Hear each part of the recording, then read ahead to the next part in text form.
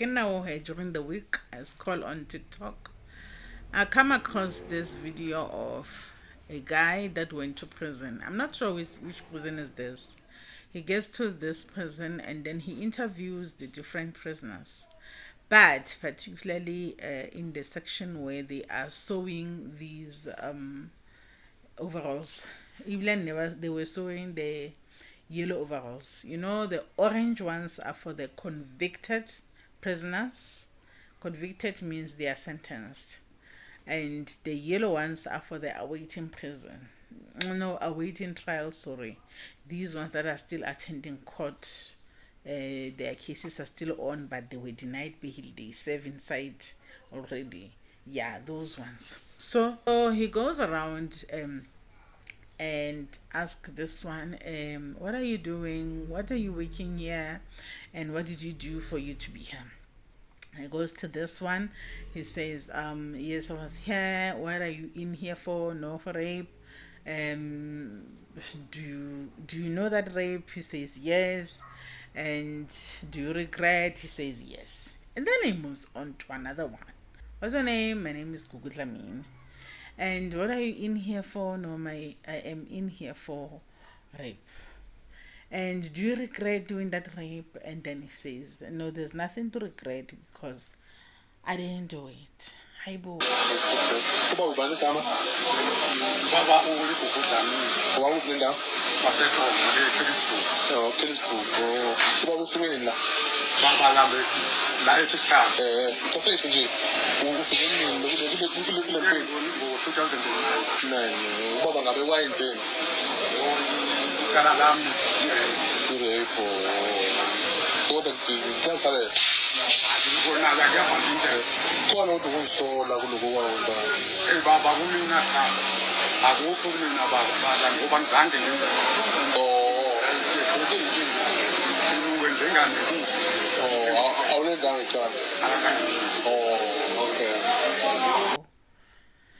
Yeah, and then I think he uploads those videos on TikTok, and the videos struck a chord on many people to a point where even there are lawyers that decided that we are taking this case. There are too many people that went to prison for things that they didn't do. Fine. Then they start making calls. You know, a person like that would not even give you the contacts of the people that are related, that do know the story. So definitely now they are talking to the neighbors. They are talking to this and this person. All these people are like, yes, he must come out. Hey, he was like umfundisi. Hey, yo, one of the mothers was saying like this. No, he was okay. In. So I don't know now who contacts the brother of Gugu Dlamini. The brother says, no, I don't mind. We really do want him to come home because he has served. I don't know how much time he was sentenced for, but he has already served 14 years of. No, really it's not 14, it's 16 years, because he says he was sentenced in 2009. So if he was sentenced in 2009 and it's 2025, right now it's 15 years. Even though I think he said 14, but maybe it's because he's in there, he doesn't know the time as much as we do. But if really he was sentenced in 2009, now that is 2025, it is 16 years. Fine. Where indaba yafika ku-brothers, his brother says, no, we don't mind, we want him to come home. But we don't know who are these people now that are now involved in this thing. Because naye uGugu makathi akayenzanga lento uyamangaza. This is the brother talking. The brother says that guy did that because this is what happened. The mother that now they claim, apparently they claim the mother decided to tell the child to lie about the uncle. The mother is the sister of, imagine who can do that, a whole sister deciding to lie on the brother. Okay, maybe there are those people that are sick that can do that. Let us not say it's not impossible. But okay, this brother says their mother was married. The mother of the said child was married. The child was 9 at the time. The child lived with the parents of Gugu, both the mother and father, and yena Gugu and the child. These people were living there. He's the uncle, not to the child. The mother is married, leaving the child at home. Ne? So this thing came out. The mother heard about it. The mother did not take a step. Instead, we decided, us as the family, to sit down and talk about this. They spoke about it as a family, and they decided that, okay, they're not going to open a case. Instead, Gugu uzahlaula. He does state that in no uncertain terms, Gugu was the only person in that family that was attending church. He was some sort of umfundisi at some church there, and he was a dedicated Christian. The things that I keep saying, I have a problem with the church. That's where most of our problems are, guys. To see you actually. That's where majority of the problems are. I know people don't like me saying this. People think the church is the solution. Guys, okay, let me not get there. Let me just pass this one. Imagine the only person in the family that attends church, that is religious, that is what. This is the person that was accused of this. This is the person that admitted to his family that he had done it. This is the person that had agreed that he was going to ugeza a family. Angazi, some sort of, there will be a sacrifice or something that he was gonna. So they agreed as a family. So I think the mother was like, oh, okay, let me take my child again. The mother takes the child. I mean, if you are an irresponsible mother, of course, then you would continue to leave the child to stay there. Now that you have realized that there is danger there, it only makes sense to remove the child. Ne? Now that she has removed the child from the care, to take the child with her, because of that situation, he came. He came to the mother and caused havoc. And fought the sister and fought the sister. That is the brother, not even the sister talking. That is the brother. The brother says, guys, there is no such a thing as we have problems at home. There is no such a thing as a kaya in sikhule kahle, in a family that has a mother and a father. We were raised by one mother, one father, and we get along. That was the first time that guy went to go and fight our sister. And when he fought the sister, he does not specify what the fight was about. But this is me just thinking, this person must have been disgruntled about the child that was now taken from his possession. And I care now the family has agreed, we're gonna keep this in the family. When I was like, family, family. What is the geza family when a child has been destroyed like that? So, and this child is 9. The brother says the child was 9 at the time.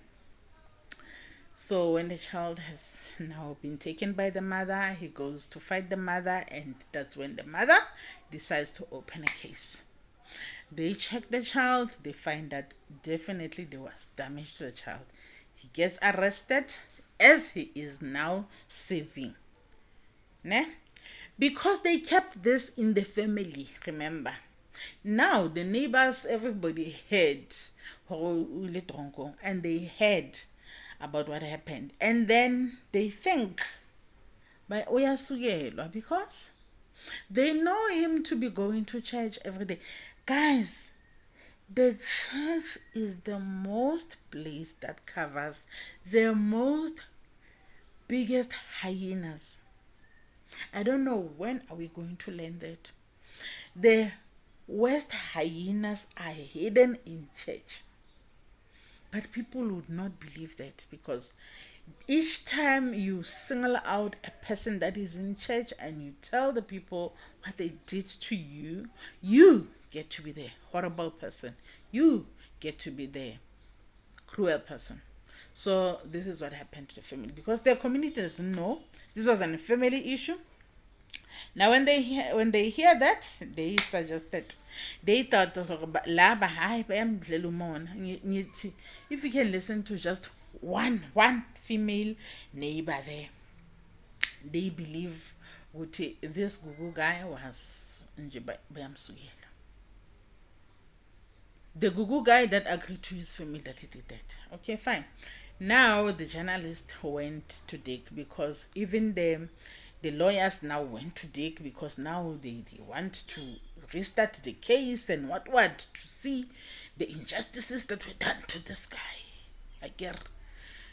So journalists also now fetched the child that was destroyed. Remember, this guy was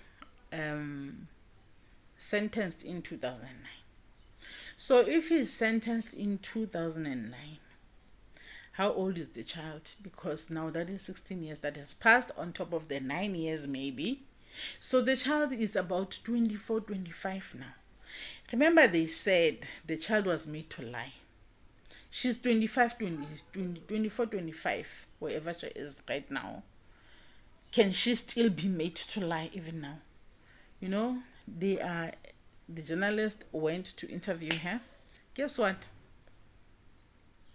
She still maintains he did it. And Bona, I'll put the video here so that you can just listen to her for yourself.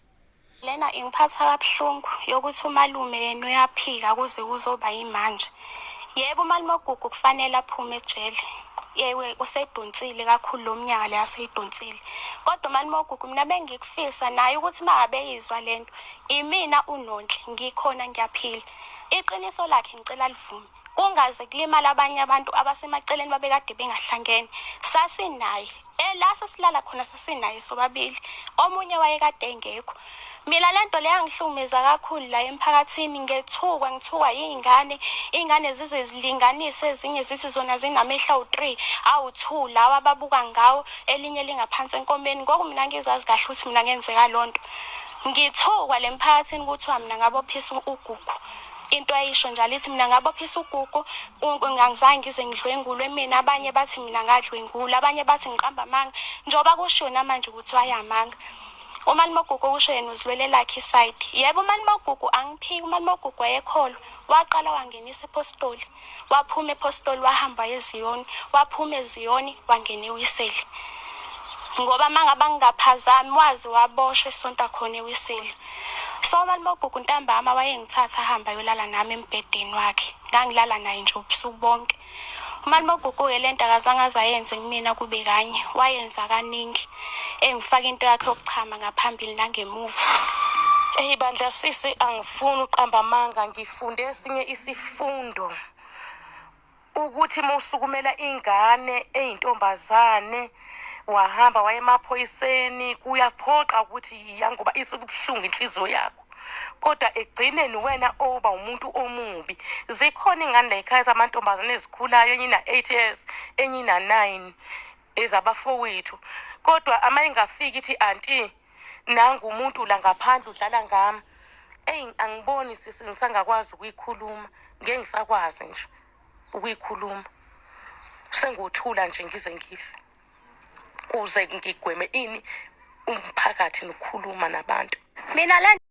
And even the mother, now the mother feels bad because the whole community is against the mother. They are against the sister, because now there is a narrative that now she made the child to lie. Now the community is up in arms, because now they are thinking of that perfect picture that they have of Gugu, the Gugu that was the only person in that family that was dedicated to church, who was even a pastor at church, and so on and so on. The Gugu that they didn't know what happened to this child because this was kept in that family. The community didn't know about it. Ne? But now they have this picture of a picture perfect Gugu Dlamini. And now Gugu Dlamini is denying ever doing that to the child. 15 or 16 years later, he's still denying that. Now that's the main problem that people do not see. Remember, that is a rehabilitation center that this person is. Rehabilitation center does not necessarily mean that everybody will be rehabilitated. And these people that come out sometimes and claim that they didn't do things, it's not because they didn't do it. These people, once they are in there, majority of them claim they are accused of things. That's the majority. Those are people that are not rehabilitated. And let me tell you, if a person does not believe that they've done it, taking that person out puts other people at risk because he sees nothing wrong with what he did. So imagine fighting for such a person to come out of jail, to say this person needs to come out because they didn't do this. The lawyers that are fighting for him to come out, I don't know if they are still on with the fight, but if they take out that guy, they must just know that they are putting someone at risk, because I feel it in my bones. I feel it in my bones. That guy is not rehabilitated. That guy sees nothing wrong with what he has done. That guy is not going to change his ways. And that guy, for some reason in his sick mind, he sees nothing wrong and he won't change. He won't change. He'll do this to someone when he gets out of there. I just pray and hope those lawyers stop what they are thinking of doing, taking that guy out. They must just leave him there. They must go and sit down with that girl, face her mother, face the brother. They must go and face that family. If the mother and the father are still alive, it must go and see, and stop listening to neighbors, because there are so many things that are kept within families, so many secrets that are kept within families. Neighbors, you don't know everything that happens inside another building, another house. You don't know it. You assume you know based on the time that you see when the person gets out, comes in, when they greet on you. You don't know everything that happens in there. So to claim, to claim this and that and that and that, you've got to hear about the people that live in that house. You've got to hear from the people of the relatives. And even the relatives, even the Yena Lumtana, she says it's okay, the uncle can come home. Because imagine bearing the burden of being made to think that your uncle does not have the freedom because of you. But she does state that he did it, not once, but repeatedly. So she does want him to come out so that she can also at least get a freedom. And she doesn't understand that she's not going to get the freedom. She's still going to be looked at that girl that took the uncle to jail. That is a stigma that the community has decided to put it on her. It's going to be there forever. Whether her uncle comes out or not, it's going to be there forever. Because they chose not to believe her. They choose to believe all these neighbors that are like, that are basing their assessment on he goes to church, that are basing their assessment on he was yo, this mother. I'm like, this mother, how many things happen within those churches? How many, guys? There is so much that is going on in churches, as much as there is so much going on within the families.